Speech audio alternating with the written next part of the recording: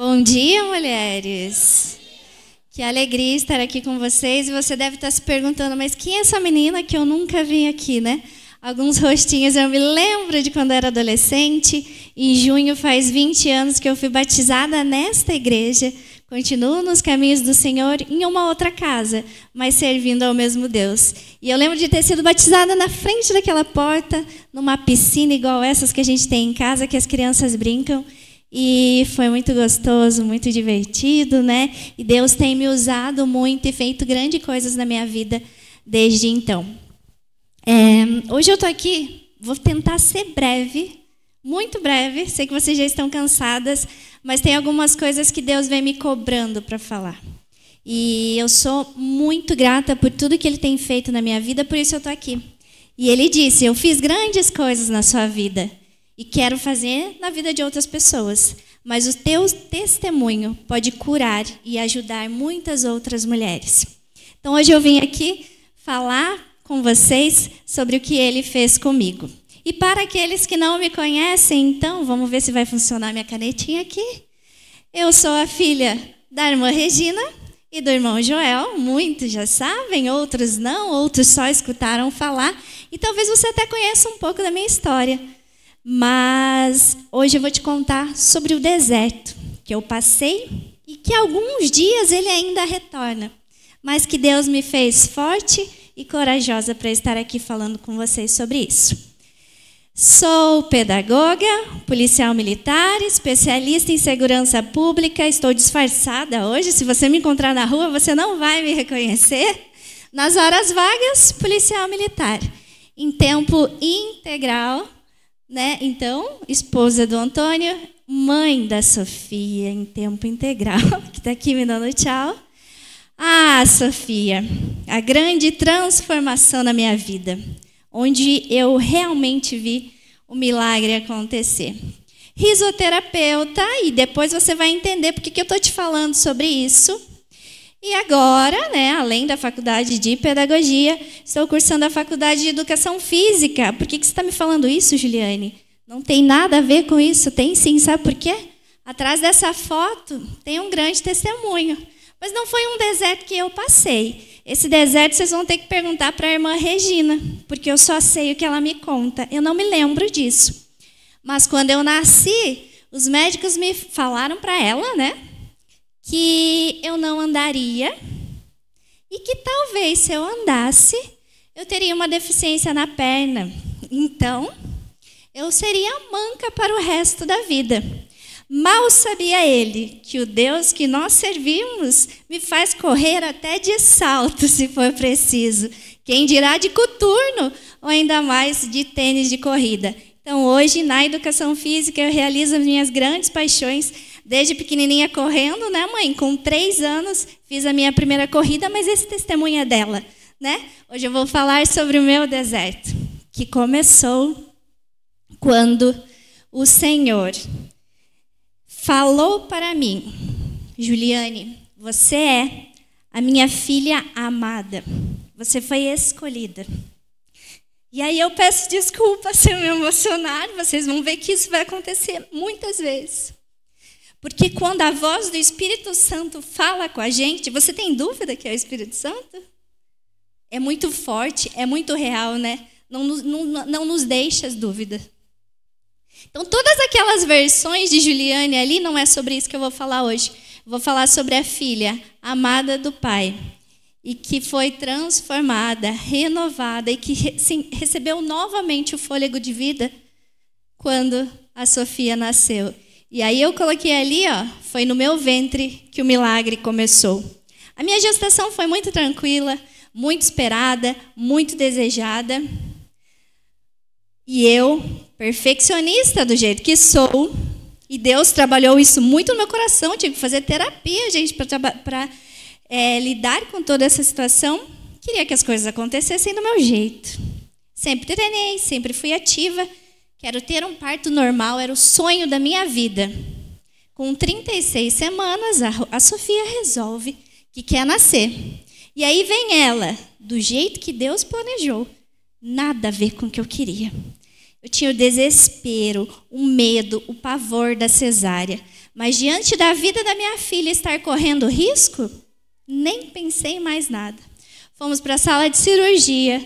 Sofia nasceu, uma bonequinha, uma princesa.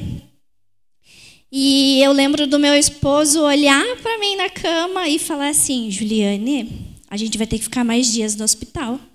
Você não está bem. Eu olho lá fora, as mulheres estão com as crianças andando no colo, sorrindo, e você não sai da cama.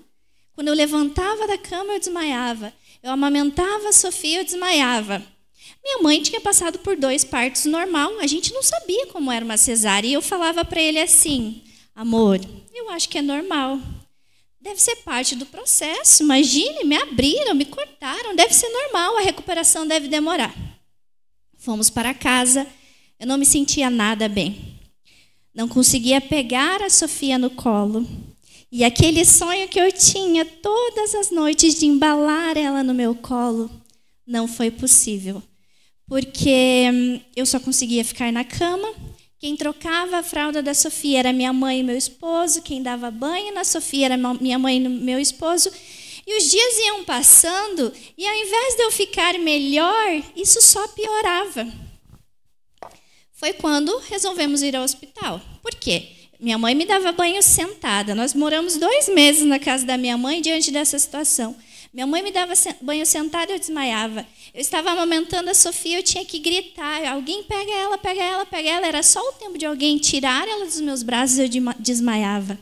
Febre, dor, exaustão, eu não conseguia comer. Fomos para o hospital, fomos atendidos lá pelo médico de plantão.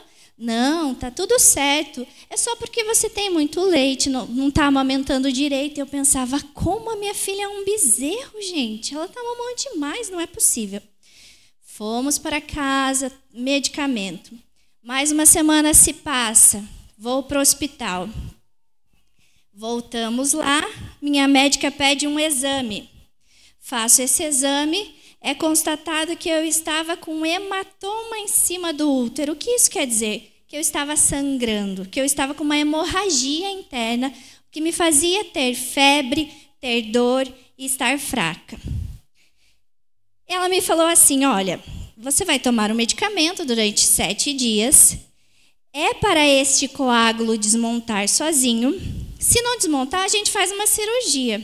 E eu, com medo da cirurgia, ela falou: não, fica tranquila, Ju, porque essa cirurgia vai ser por vídeo. A gente coloca ali no umbigo, no cantinho da cesárea e vai ficar tudo bem. Ok, acalmei meu coração e lembro de ter falado para ela o seguinte: doutora, se o remédio acabar, o que é que eu não posso sentir? Ela falou: você não pode sentir nada. É para você estar bem, sem febre, sem dor, andando, conseguindo pegar sua filha no colo. Ok, fomos para casa, 7 dias se passaram, o remédio acabou.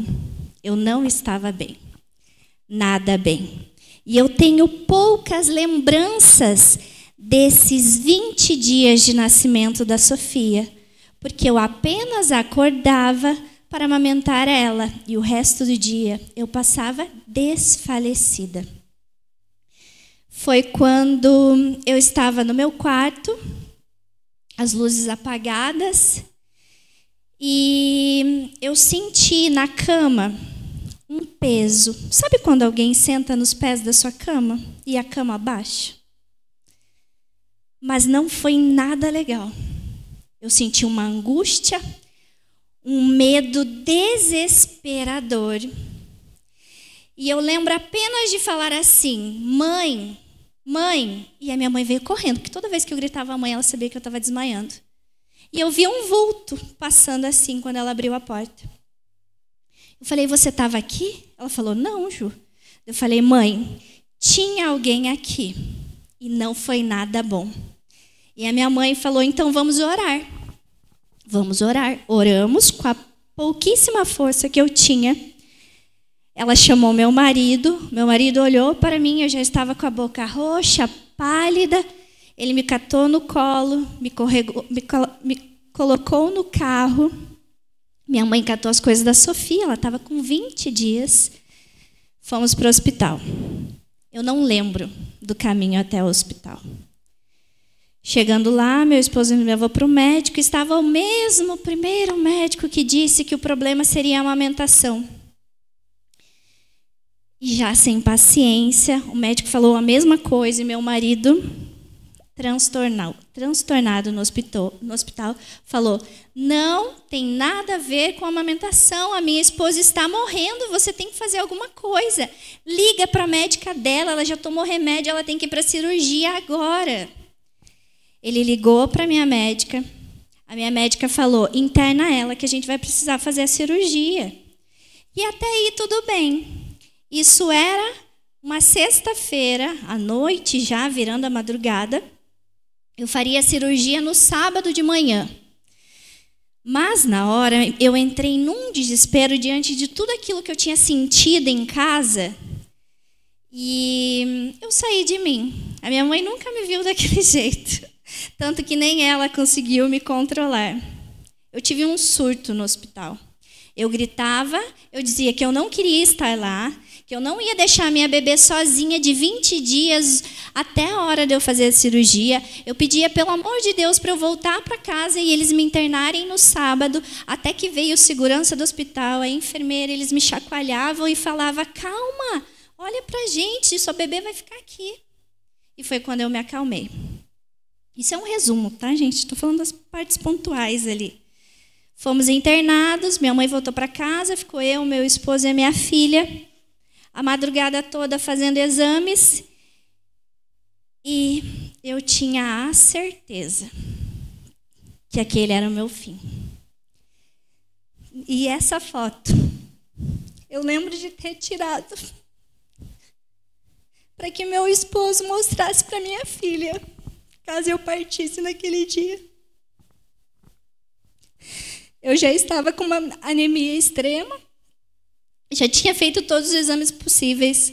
Durante a madrugada eu fiz um novo exame para ver como estava aquele coágulo. Quando a médica chega de manhã, com os olhos cheios de lágrima, pois ela sabia do medo desesperador que eu tinha, e ela fala assim: Ju, as notícias não são boas, o coágulo quadriplicou, você está sangrando sem parar e a gente vai precisar reabrir a sua cesárea. Lembra aquele medo desesperador que eu tinha? Foi como se o chão se abrisse, meu esposo começou a chorar e eu pensava: não, Deus, por quê?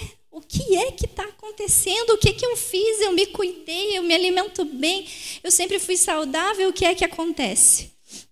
E aí ela só falou assim: eu vou deixar vocês três se despedirem e daqui a pouco eu mando a enfermeira te arrumar e te levar para a cirurgia. Meus pais estavam em casa, só podiam entrar depois de 2:30 da tarde, isso já era umas 11 horas, a hora que a enfermeira foi me buscar. Eu sei que ali, diante dessa situação, como família, eu e meu esposo e a minha filha, nos deparamos com o nosso primeiro deserto. E eu lembrava de tudo que eu tinha sentido em casa e eu falava: Deus, chegou a minha hora, eu vou morrer mesmo? Eu tinha muita certeza que eu não ia voltar daquela cirurgia. Eu lembro de ter pego o celular e visto mensagens que o meu esposo tinha mandado para o grupo da nossa igreja, para o grupo da nossa família. E ele dizia: ela não está nada bem, é só um milagre para salvar ela. A enfermeira chegou, me colocou numa cadeira de roda. E a última lembrança que eu tenho, visual, assim, por isso que eu coloquei as fotos aí para vocês verem, porque eu tenho muitas memórias como fotos na minha cabeça, é de ter ido por um corredor imenso no hospital, cheio de luzes brancas, aquele corredor vazio. Eu olhar para trás e ver meu esposo, que soluçava, agarrado na minha filha. E eu falei assim: Deus, não deixa meu marido desamparado. Não deixa minha filha desamparada. E quando eu via nesse corredor, eu escutava muita coisa na minha cabeça, muitas vozes, mas eu não conseguia compreender o que é que estava acontecendo. Eram muitas vozes, uma fala, uma fala, uma fala. E eu tentava entender, mas eram muitas vozes de homens, de mulheres, eu não sabia o que era. Até que a gente chegou no banheiro, assim, a enfermeira olhou para mim e falou: "Você consegue se vestir sozinha?" Falei: "Consigo." "Você acha que eu conseguia me vestir sozinha?" Eu falei: "É um momento que eu vou conseguir estar sozinha e eu vou fazer o que precisa ser feito."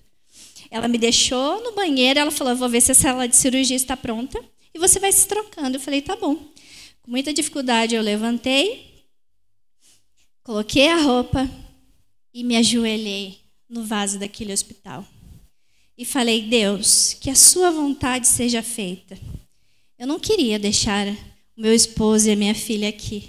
Mas se for da vontade do Senhor, se for hoje que o Senhor vai me levar para estar contigo, então que seja, mas que a minha família não fique desamparada.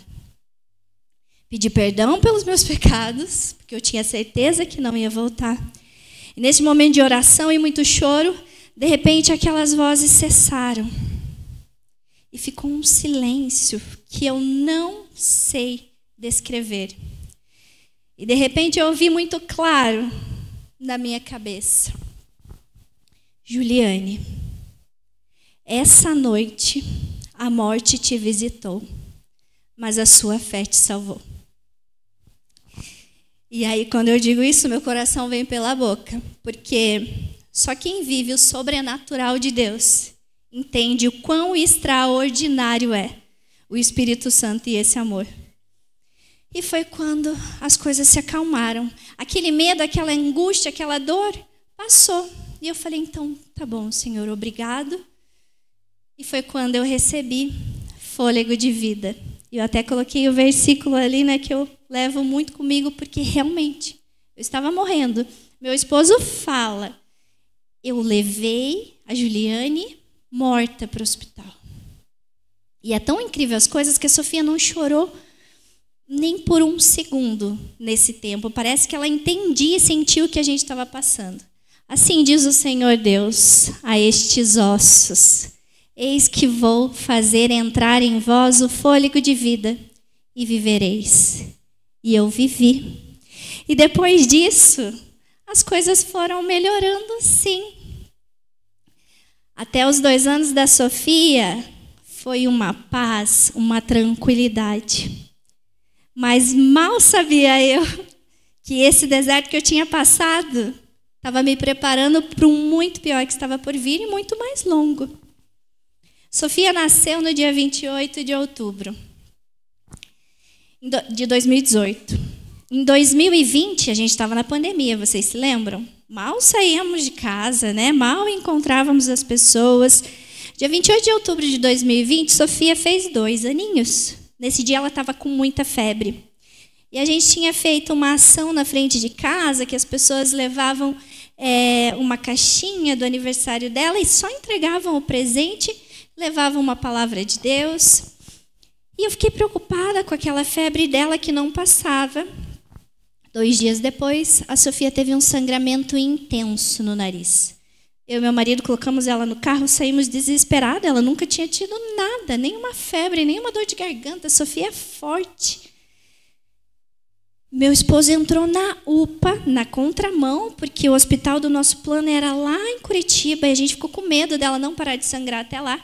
Chegamos na UPA, estancaram o sangue dela e eu falei assim: "Olha, eu só preciso de uma cartinha para levar para o médico dela, para eles saberem que a Sofia sangrou mais de 1 hora sem parar."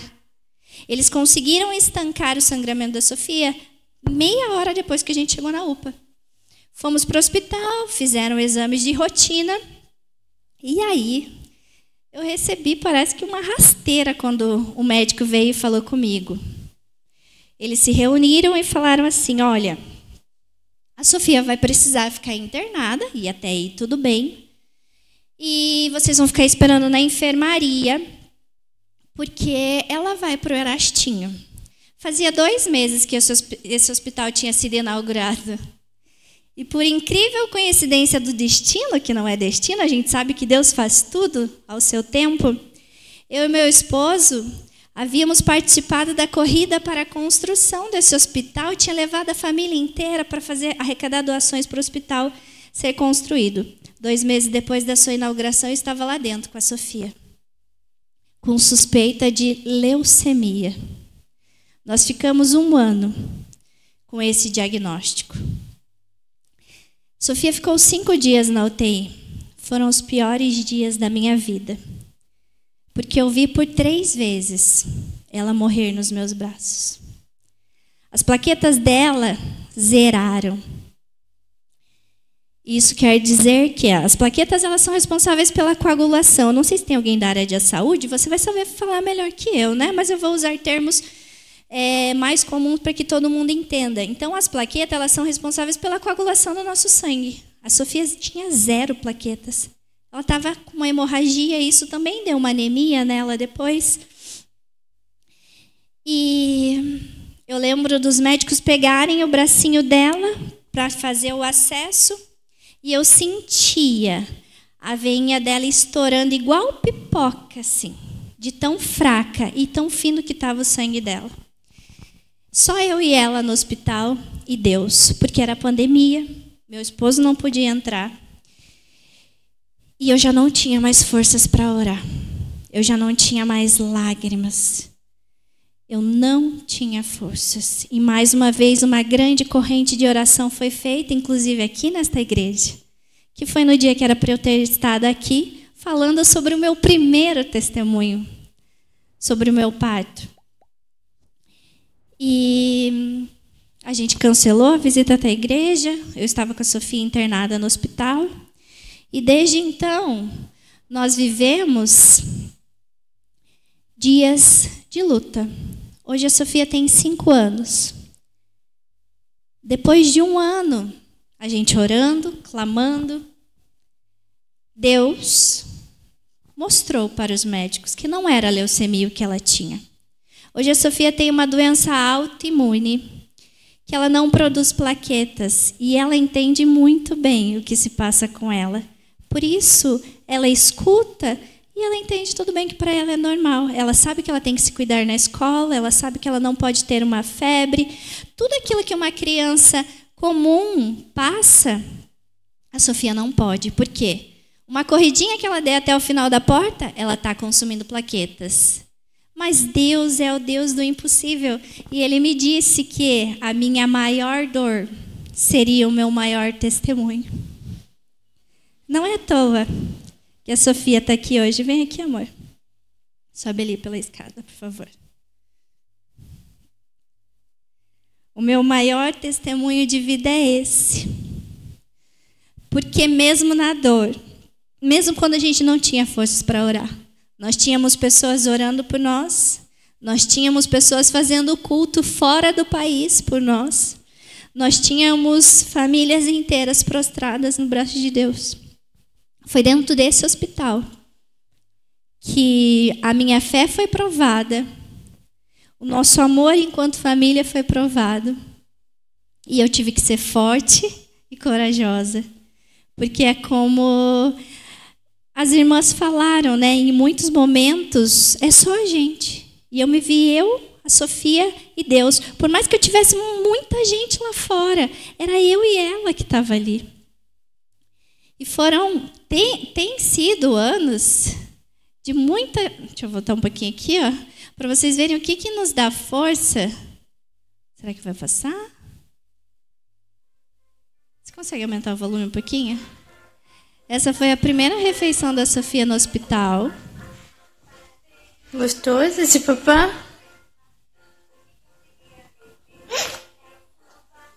Quando ela conseguia comer. De lá para cá, a Sofia fez muitas pulsões na medula, biópsia na medula, que ela traz uma dorzinha até hoje, mas que nada é perto do milagre que Deus tem feito na nossa vida. E Deus é sim um Deus de milagre. E era esse sorriso que me dava força e me mostrava que eu não estava sozinha. Quem tá com soluço? Que mesmo em meia dor, eu tinha a Sofia sorrindo e sendo forte. Era como se Deus me mostrasse, você não está vendo? Eu estou aqui. Muitos sustos durante esses anos. Sofia quebrou o nariz sem poder quebrar uma unha, imagina. E Deus dando sabedoria para a gente, eu coloquei o nariz dela no lugar, gente, sem saber. porque o meu medo era do sangue que saía. Eu apertei tanto o nariz dela, quando a gente foi no médico ver o nariz dela estava certo. E o médico olhou para mim e falou assim: mãe, tem alguma coisa errada. Você me contou tudo o que aconteceu? Porque ela quebrou o osso, ele devia ter feito isso, e o osso dela está assim. Eu falei: sim, doutor. Eu apertei tanto o nariz dela para parar de sangrar que eu acho que eu coloquei no lugar. São muitos sustos, né, filha, que acontecem. É uma montanha-russa, porque a plaqueta sobe, a plaqueta desce. Foram tentados vários tratamentos durante esse tempo, corticoides que foram terríveis para nós, mexeu muito com o emocional dela. Ela tinha crises de pânico de madrugada, sem saber o que acontecia, e nós ainda mais desesperador, até que agora ela faz 1 ano que ela está usando uma medicação. Para tirar a roupa. Faz um ano que ela está tomando uma medicação que nós não poderíamos pagar. O remédio que ela toma custa R$6.000, 14 comprimidos. Faz 1 ano que ela toma. O nosso plano negou. Mas Deus é bom demais. E a gente conseguiu com que o Estado fornecesse esse medicamento. E ela olhava para mim até mês passado e falava assim: mãe, eu não quero mais tomar esse medicamento, eu não aguento mais. Todo dia, quando é que eu vou ficar boa? E essa última consulta nós tivemos uma boa notícia, ela começou o desmame do medicamento. Então, hoje ela toma um dia sim e um dia não. E ela mesma falou que vai chegar um dia que vai ser 2 dias não e um sim, 3 dias não e um sim, e até que seja um dia, amém, até que seja um dia que ela não precise mais. E como eu falei, Deus é tão bom que às vezes a gente quer que seja com a força do nosso braço, né? Do nosso jeito. Teve um tratamento que nos ofereceram que é com células humanas. Não sei se é células bem a palavra, mas é com componentes do nosso próprio corpo, que é a imunoglobulina. Quando a gente viu essa esperança, eu e meu esposo falamos: pronto, está resolvido. E aí chegamos no médico, o médico falaram: não, olha, a gente conversou bem, se reuniu na equipe médica e tal, não vamos usar na Sofia. A gente ficou chateado, triste. 2 meses depois, aparece no jornal do meio-dia que aquele medicamento que foi cogitado fazer uso na Sofia foi descoberto que estava falsificado, adulterado, foi vendido de forma... Estava tudo errado o medicamento, não estava funcionando no tratamento de câncer. A Sofia não tem câncer, graças a Deus. Conhecemos outras pessoas que passam por isso, mas os procedimentos que ela passa e os tratamentos são os mesmos. A única coisa que ela não faz é a quimioterapia, graças a Deus. Mas ela já precisou de transplante de plaqueta, segundo os médicos, mas Deus falou: segura, eu vou dar jeito. Quando ela zerou plaquetas, o certo era fazer a transfusão de plaquetas. E, diante de muita oração, os médicos chegaram à conclusão que não vamos fazer. A Sofia é muito nova, ela tem pouquíssimas plaquetas. Se ela receber algo de fora e o organismo rejeitar, ela corre o risco de vida. Mas já se cogitou esse tipo de transfusão. E aí, foi quando Deus começa a mover todo um sonho de trás. Lembra que eu falei para vocês que eu sou formada em pedagogia? Quando eu iniciei no curso de pedagogia, eu não tinha pretensão de trabalhar em escola. Trabalhei em escola por muito tempo, que foram os caminhos que foram traçando. Mas o meu maior sonho era trabalhar com a pedagogia hospitalar. E esse sonho ficou para trás, num cantinho escondido. E um dia meu pastor chegou para mim, numa conversa, e falou: Ju, você sabia que o seu dom não é sobre as suas habilidades, mas ele é também sobre onde Deus te coloca? Já fazem 4 anos que eu estou dentro de um hospital, e a Sofia me ensina tanto dentro deste hospital, quando ela senta com uma criança que está carequinha, que não tem mais cabelo, que teve que amputar um braço, que a gente convive diariamente, pois a nossa rotina no hospital é mensal. E eu olhei para aquilo e eu falei: Deus, a gente fica aqui 4, 5 horas, uma manhã inteira. O que eu posso fazer aqui? E aí Deus me levou para o ministério da risoterapia. Os propósitos de Deus são muito maiores do que nós, né? É claro que Deus não queria ver a gente passando por isso.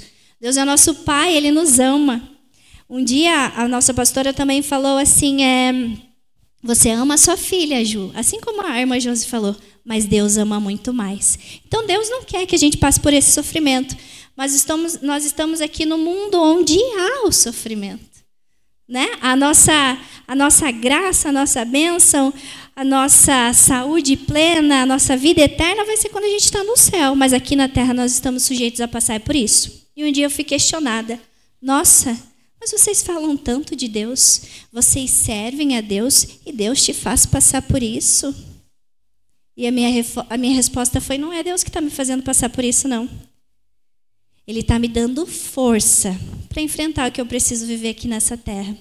Porque se com Ele está sendo difícil, sem Ele seria impossível. Então a gente vai passar por luta, a gente vai passar por dor, mas sem Deus ao nosso lado a gente não é nada.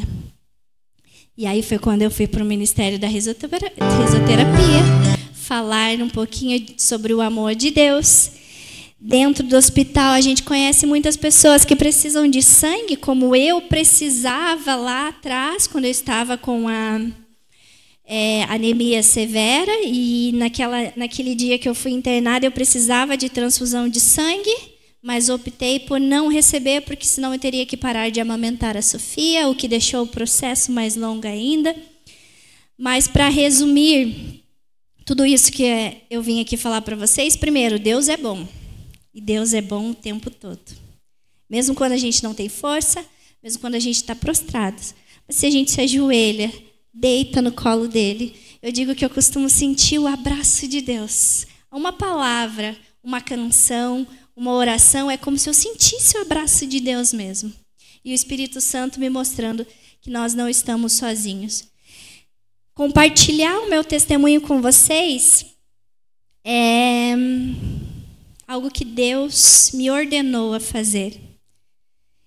Porque Ele foi muito claro quando Ele disse assim, que nós não podemos nos envergonhar das nossas cicatrizes. A nossa cicatriz é motivo da gente mostrar que a gente superou algo, né?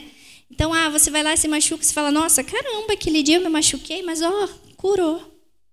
A minha cicatriz, a minha dor, além de quando eu falo para vocês, isso também me traz cura, também pode te ajudar. Pode curar você, pode curar outras pessoas e te dar força para enfrentar e passar por isso. Mas como eu coloquei ali na primeira tela, né, o seu testemunho salva vidas e o seu sangue também, eu quero aproveitar isso, porque nós estamos ali mensalmente no hospital e a gente vê muita gente precisando de doação de sangue. E o seu sangue pode ser a esperança para essa pessoa. O seu sangue salva vidas de verdade. Claro que você pode fazer isso em qualquer hospital, em qualquer hemocentro, mas meu coração está no Erastinho, onde a minha família passa muito tempo ali, né? Onde nós somos recebidos, cuidados, tratados e sentimos o amor de Deus. Eu vou colocar um videozinho ali para vocês verem quando eu e meu esposo a gente foi fazer a doação de sangue. A gente fez uma campanha porque a Sofia precisaria de plaquetas e as plaquetas são muito difíceis de conseguir doadores. Eu já vou falar um pouquinho para vocês, mas coloquei um videozinho do dia que a gente foi se cadastrar como doador de medula, que é uma das possibilidades que ainda os médicos cogitam para a Sofia. A última saída, mas eu creio que a gente não vai chegar nesse nível, que o Senhor tem feito o seu milagre dia após dia. Quando a gente fala sobre a doação de sangue, quando eu me refiro ao Hospital Erastinho, ali onde as crianças são atendidas, e o Erasto também, né, onde tem os adultos, é porque depois da quimioterapia, eles ficam muito fracos. E é o seu sangue que vai trazer fôlego de vida para eles, né? A gente ora, a gente crê no milagre, mas Deus nos dá o caminho, Deus nos dá o entendimento para que isso aconteça. Eu vou deixar para vocês na igreja o folderzinho ali que fala sobre o banco de sangue do Erastinho. Vocês podem, em grupos até, eu tinha comentado com o pastor que eles recebem grupos de até 20 pessoas, então se um dia vocês quiserem agendar para a igreja ir, é muito importante o seu sangue, né? Ali a gente tem algumas orientações, então dos 18 aos 60 anos, ter mais de 50 quilos, fazer uma alimentação saudável antes da doação. Gente, vocês não têm ideia do quanto o seu sangue é precioso e o quanto ele salva vidas. Você tem algo de graça que o Senhor colocou no seu corpo, que você pode salvar a vida de alguém. Então, o meu pedido hoje é para que vocês, se forem possível, claro, né, a gente entende que tem pessoas que não podem fazer esse tipo de doação, mas que vocês não deixem isso que tem de tão precioso no corpo de vocês aí paradinho. Compartilhem, né? Isso também é amor ao próximo. Isso também é mostrar que você ama a Deus. Quando você faz algo pelo seu irmão, você está fazendo para Deus. Tem algumas questões ali sobre intervalo de doação. Se você já é doador, você deve entender. Então, os homens podem fazer mais doações que as mulheres, né? O nosso sangue, as nossas necessidades biológicas ali, nos permitem doar a cada 3 meses. Já os homens podem doar a cada 2 meses. Nós podemos doar até 3 vezes no ano. Os homens podem doar até 4 vezes. Então, gente, compartilhe sobre isso. Fale. Tem mais um folder aqui, ó, irmã, se você puder, por favor, entregar. Aqui tem os números para fazer a doação. E também, além do sangue, você pode doar as plaquetas, que é o que a minha filha não tem, mas o Espírito Santo de Deus, a mão de Cristo tem feito com que ela, mesmo aos pouquinhos, se reproduza. Nós produzimos plaquetas a cada 48 horas. A cada 48 horas, o nosso organismo ele se reorganiza e devolve aquelas plaquetas que a gente tem. O mínimo de plaquetas no nosso corpo é 150 mil para a gente ser saudável. A Sofia já zerou plaquetas, hoje ela tem 50 mil plaquetas. Ela já saiu da zona de risco. Até o ano passado, a gente sempre ficou abaixo de 20, o que impedia ela de ir para a escola, inclusive. Eu tive que pedir afastamento do serviço. Mas as suas plaquetas elas se reproduzem a cada 48 horas, o que a minha filha não produziu em 4 anos. O seu corpo faz com que se renove a cada 48 horas o que ela precisa. E dessa forma, você sendo doador de plaqueta ali, que também vai ter as instruções para vocês aí, você pode ajudar as crianças que fazem a quimioterapia e precisam dessas plaquetas para voltar à imunidade, voltar a se sentir bem, né, se recuperarem ali após a quimioterapia. Depois, se vocês quiserem mais informações, eu posso passar certinho, vocês encontram também na internet, né? A diferença das plaquetas, que é uma frustração minha, que eu nunca consegui doar, a gente precisa ter uma veia bem calibrosa, porque é tipo uma hemodiálise, certo? Então, a máquina, o tempo de doação do meu sangue, quando eu vou lá fazer, dá 8 minutos. É muito rápido. Mas as plaquetas, elas demoram de 1h30 a 2 horas. Você fica deitadinho, a máquina tira o teu sangue, tira o plasma ali, separa as plaquetas e devolve seu sangue de novo.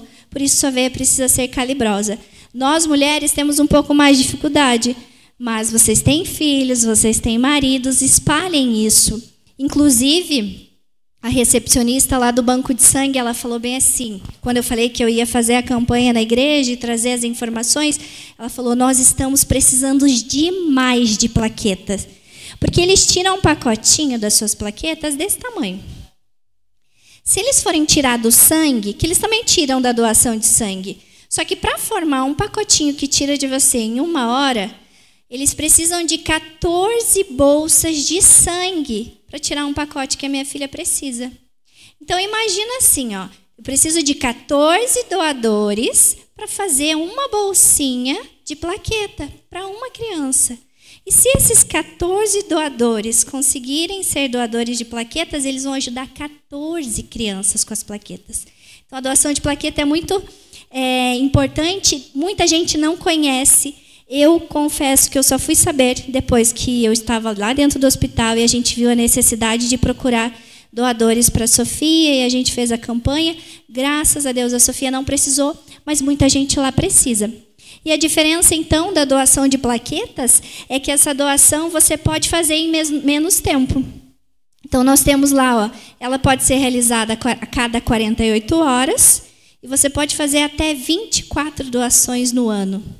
De sangue, nós, mulheres, podemos doar 3 vezes, as plaquetas nós podemos fazer até 24 vezes no ano. Foi isso que eu falei? 24. E também convido você a se cadastrar lá no site da Redome para ser também um doador de medula óssea. E, gente, isso me pega demais. Porque ali, ó, eu coloquei, é um ato de solidariedade. E talvez você seja a única e a última esperança de alguém para ter vida. Talvez você tenha aí no seu corpo o fôlego de vida que outras pessoas precisam. É fácil de se cadastrar, você pode fazer pela internet.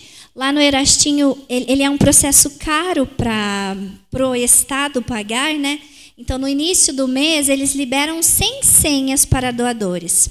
Você vai lá, assina um termo, eles colhem o seu sangue, fazem a tipagem e você entra para um banco nacional, internacional. E se alguém, dentro de 1 milhão de pessoas, eu acho que é, vamos ver, para não falar besteira. Conseguem ler o que está escrito ali? Ó? As pessoas que são compatíveis com a sua medula, a cada uma pessoa, dentro de parentes, né? Entre 100 pessoas da sua família, uma é compatível com você. Isso dificulta se essa pessoa que precisa da medula óssea não achar esse parente. Porque daí, de cada uma pessoa, de cada 100 mil pessoas no mundo, uma pessoa vai ser compatível. Então, quanto mais pessoas que forem doadores, tiverem o cadastro, vai ser mais fácil dessa outra pessoa achar. Certo? E é aquilo, né? Talvez dentro de você tenha o fôlego de vida para outra pessoa. Então, fica meu convite para que vocês sejam doadores de medula óssea, sejam doadores de plaqueta, de medula. Deus te deu de graça. E você pode abençoar a vida de alguém. E aí tem, né, o Hospital Erastim, como eu disse, você pode se dirigir a qualquer banco de sangue, você vai estar fazendo o bem do mesmo jeito, mas o Erastim é o hospital que tem o nosso coração e que tem cuidado muito bem da nossa filha. Sua doação de sangue pode salvar até 4 pessoas. Para finalizar a minha fala, não vou me cansar de dizer que Deus é bom, mas Deus fala muito comigo, assim, quando eu estou angustiada ou sem forças, às vezes, para orar, através do louvor. E um dia, eu estava com a Sofia no carro, escutando um louvor, e ela olhou para mim, do nada, falou: mamãe, você acredita em milagres? Isso já me travou. Falei: sim, filha, eu acredito. Ela falou: mamãe, você sabia que os milagres não acontecem assim, na hora que a gente quer? Eu falei: sério, filha? Dela é. Às vezes precisa de um tempo, mamãe. E eu: ah, é, filha? Isso? Eu dirigindo e chorando, eu não tinha nem sabia o que falar para ela. E aí ela falou bem assim: mãe, Deus me falou que vai ter uma chuva de milagres. E tudo vai se resolver. Você crê nisso? Amém. Eu também creio. Então, essa chuva de milagres que cai sobre a minha casa, que seja derramada sobre a casa de vocês também. Que vocês sejam abençoadas. E que onde vocês colocarem a planta dos seus pés, ali Deus vai estar. E todo aquele que chegar até você vai sentir a presença de Deus.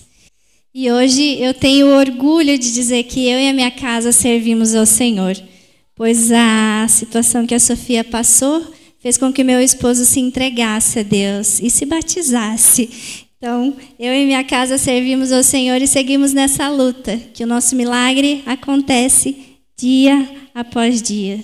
Deus abençoe vocês, as suas famílias. Obrigado por nos escutarem. E é isso, Deus é bom demais, gente. Obrigada.